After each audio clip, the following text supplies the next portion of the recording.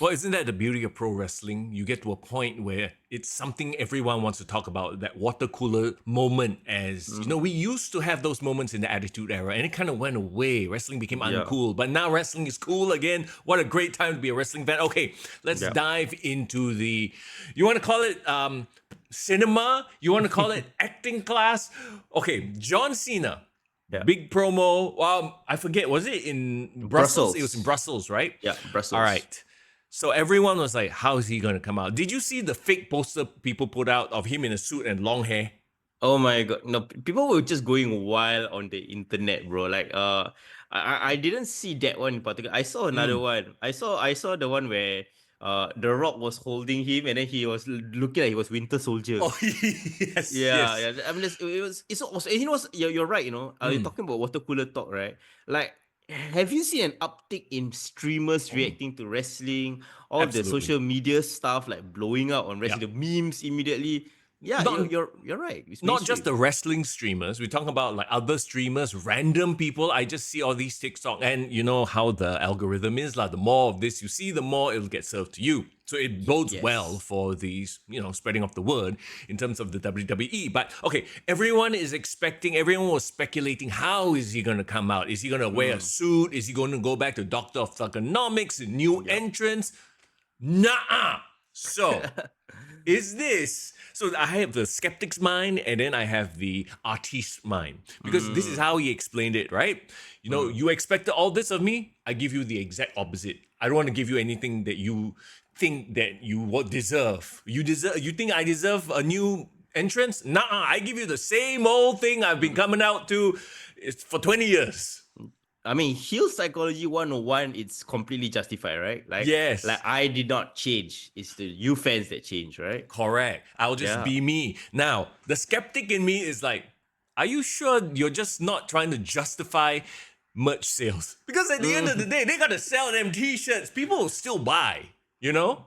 This is the thing, right? They know it's his last time. This is his last farewell tour. Yeah. Even if they want to boo him, right? Yeah. They want to buy the shirt so that they can be Yeah. identified by Cena and be the one booing him. I think it works well either way. And you notice they have the localized shirts also. It's one last time, Brussels, big, Mm. and when you go to the arena, I would buy it. Like, can you imagine one last time, John Cena, In Singapore? Singapore. I'm not Yeah. that big a John Cena fan. I am now, but like I wouldn't put him up there. I wouldn't Mm-hmm. wear his merch, but I would Yeah. buy that shirt. Yeah, it's like a I've been there moment, right? Like Yep. why people bring back their chairs, for example. Yes. you Bro, know? I remember spending $50 on a UFC fight night shirt because I was there in the Mm, US watching UFC, right? mm. It was the most uncomfortable, the thick cotton cheapo material, and then they Honeycomb, just honeycomb.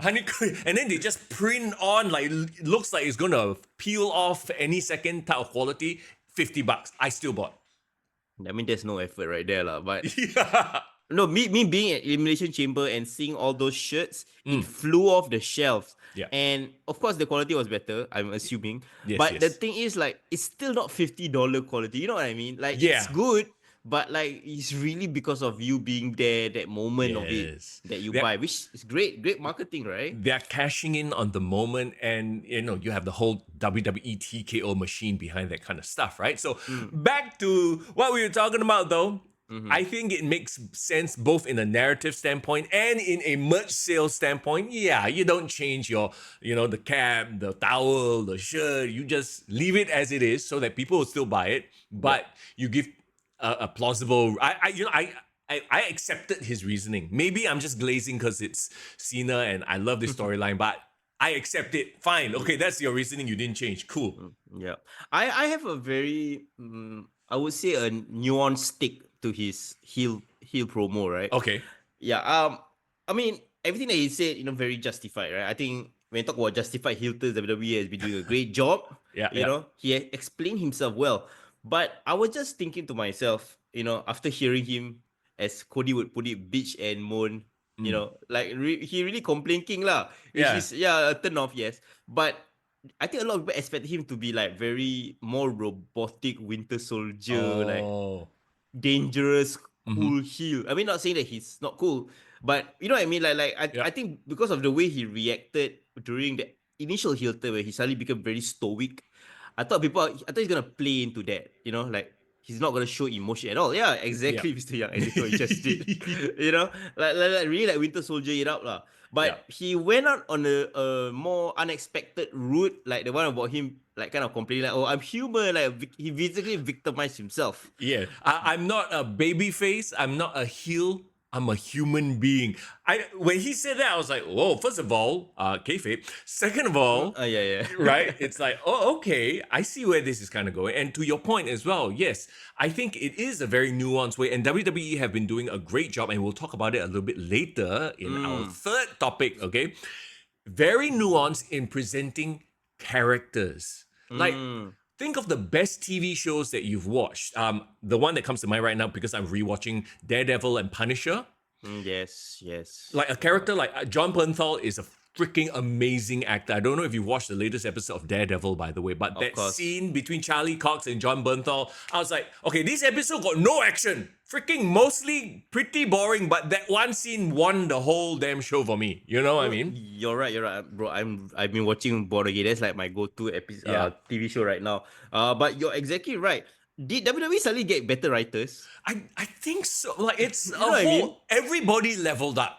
You know what I mean? Yeah, And the, yeah. the good became better and great. The not so good, they hide with presentation, became better. You know, like everything has just leveled up.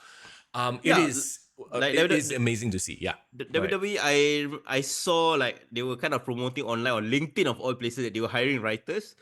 Oh, hey, bro. Hey, send in a resume, man. Yeah, I mean, yeah, uproot my life and go all the way to the US. But the funny thing is, right? Remember, just a few years ago, we had that one writer that went online and said like, "Oh, I do not know who the champion is. Like, Oh, who's yeah. this Bobby?" And Yeah. that girl got fired, right? Yeah, yeah. Like, now you don't hear anything, any leaks. No No. one complain about this WWE writer suck and all that kind of stuff. I can guarantee you, Triple H, Paul Levesque is going in there in those creative meetings and making sure that, okay, you're my writers, you might not be WWE diehards, wrestling purists, but you will know the shit. Like, I will tell you, okay, this guy needs to, because his motivation, blah, blah, blah, here's wrestling psychology. It all filters through Paul Levesque. And that's why we are seeing such a product.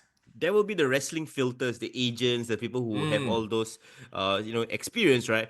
Yep. But I have a feeling maybe all along when they've been hiring all these Hollywood writers who are probably really, really good at what they do in all this episodic storytelling, all Yep. this dramatic stuff. Maybe somebody like Vince would probably not really take their ideas on board, because I do remember stories of like previous writers trying to pitch like very, very cool, edgy storylines, Yes, things that was like yes. in the mainstream, but he just did not get it, right? Vince didn't get it. Vince either didn't get it or he would try to filter it through his lens. So it becomes a bastardized version of that cool thing, right? Yeah, like would Vince even bother to put I Show Speed on the Royal Rumble, right? Of course not. No. Yeah, he was like, who the hell is this guy? But I think somebody like a Triple H, especially since I think Logan Paul came into his life, Oh, right? yes, yes. Because he also I remember he said like he doesn't know anything about Logan Paul before he became a WWE superstar. So maybe that opened his world, like saying like, hey, maybe there are ways to capture the current generation by bringing these people in, and that also the storylines as well have been more current and updated. Like even all the other things that you see. So even John Cena leaning into his invisible meme. Oh, yeah. I don't think Vince McMahon would have gotten that, right? No. And while let's be honest, Vince McMahon would have never turned John Cena heel. Yeah, And that's first and foremost. Can we even call him a heel? Are they all tweeners at this point, or are they all just characters? Back to my point, I know we kind of sidetracked a little bit, but my point is, some episodes of Daredevil, you're like, hey, Daredevil, don't be a bitch. Or some episodes of Punisher is like, hey, he's damn effed up. He's the bad guy here. But then you root for, you know what I mean? So we've slipped into that era, and this is something, oh God, hashtag oh no. This is something I feel like AEW, again, they tried to do, we have no good guys and bad guys. Everybody's shades of gray, everybody's characters, right? But they did it poorly. They sort of lost the plot, and there's no connection to most of the characters because most of them do nonsense and it's not consistent. Whereas with Cena and a lot of what else is going on, these sudden shifts make sense. In a storytelling narrative perspective, it makes sense. It doesn't sort of like, huh? Like, but why? Like, okay, I'll tell you one that doesn't make sense, but it still worked anyway. Hulk Hogan turning heel.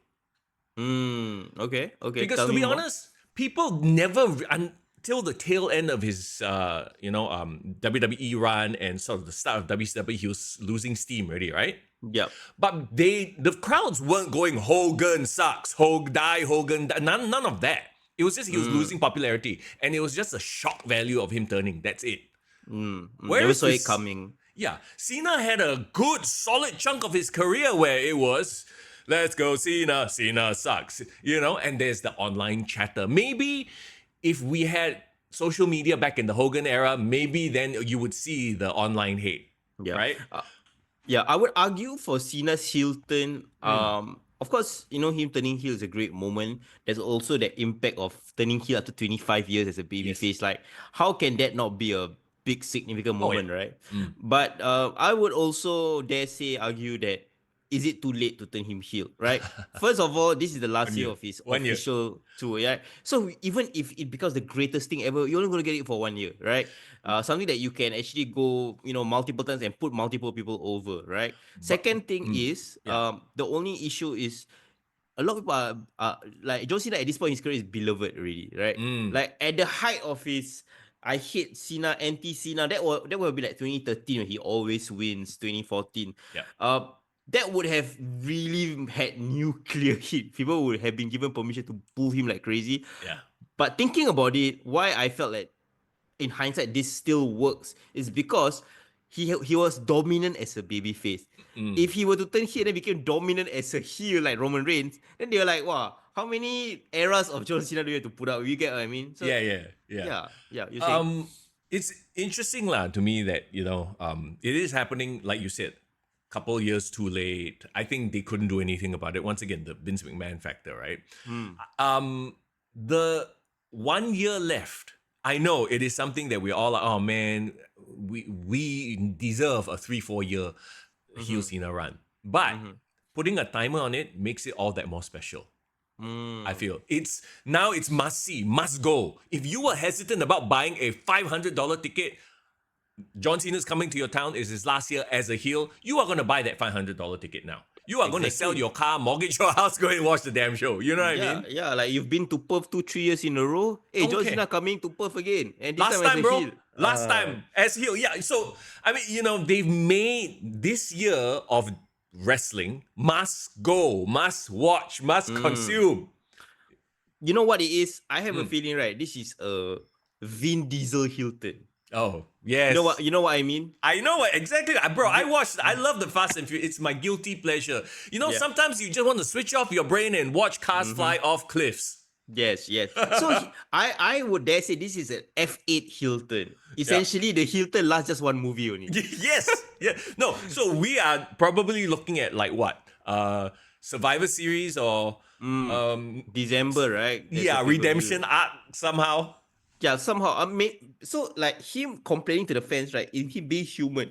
It's essentially a great excuse for it to be a short-term Hilton because like Yeah. probably he's just lashing out, he's being emotional, blah Bro, blah blah. you know what the kids call this? Crashing out. Yes, it's a justified crash out. Yes, yes. So like I feel like then it's perfect way to set up Cody as a babyface here, right? Even going back and narrowing it down to the promo, right? Every time people were like people were booing him, he was doing a lot of crazy stuff.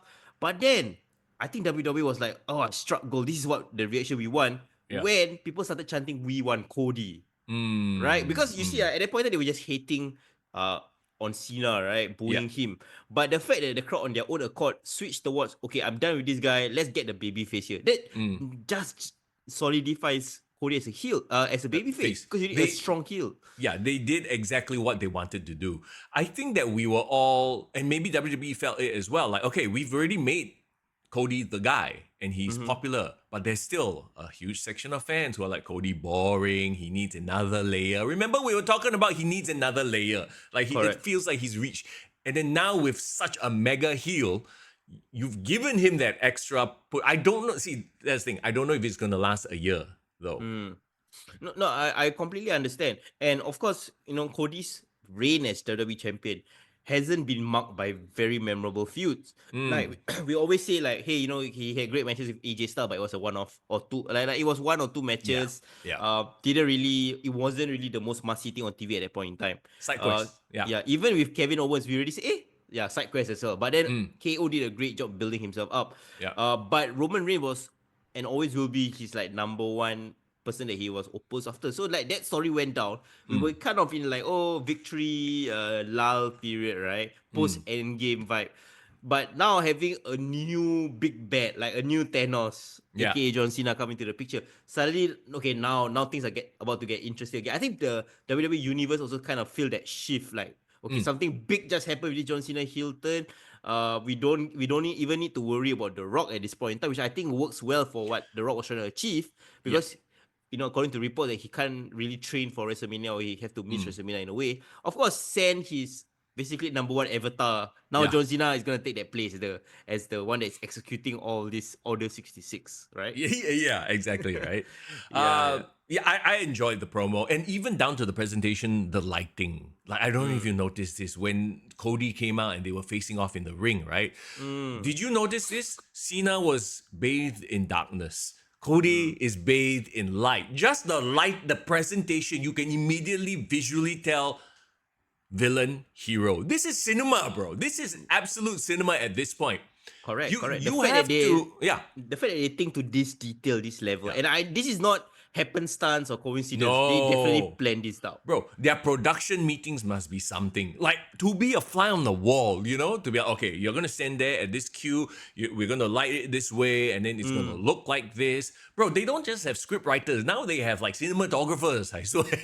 I'm pretty sure Stu has gotten more tools to play with. Yeah, yeah. Yeah. And speaking of Stu, okay, like let's talk about some of the little things in the promo that wasn't really like you didn't realize it. That's why this promo I watched back 3, 4, 5 times, bro. Is it? Just to pick up Easter eggs, bro. Because we have Ah. gone to this level where WWE segments are Yeah, full yeah. of Easter eggs.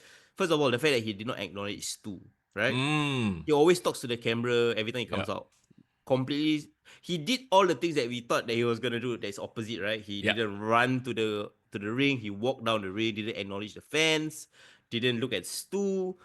And then when he said, right, okay, the crowd was already booing. So great job, Brussels. You guys were amazing. Oh, The fact that the first thing he said, you guys are just making it easier for Easier. me, Yeah. right?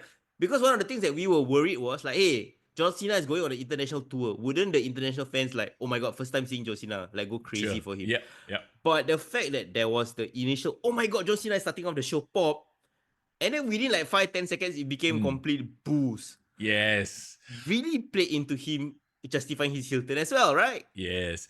I said it last week and I'll say it again. Man, these European crowds are making things easy for everybody. They are popping when they should. They are booing when they should. They are just happy to be there. They are not these smart Mark fans who are like trying to be ironic, They are playing into the cinema.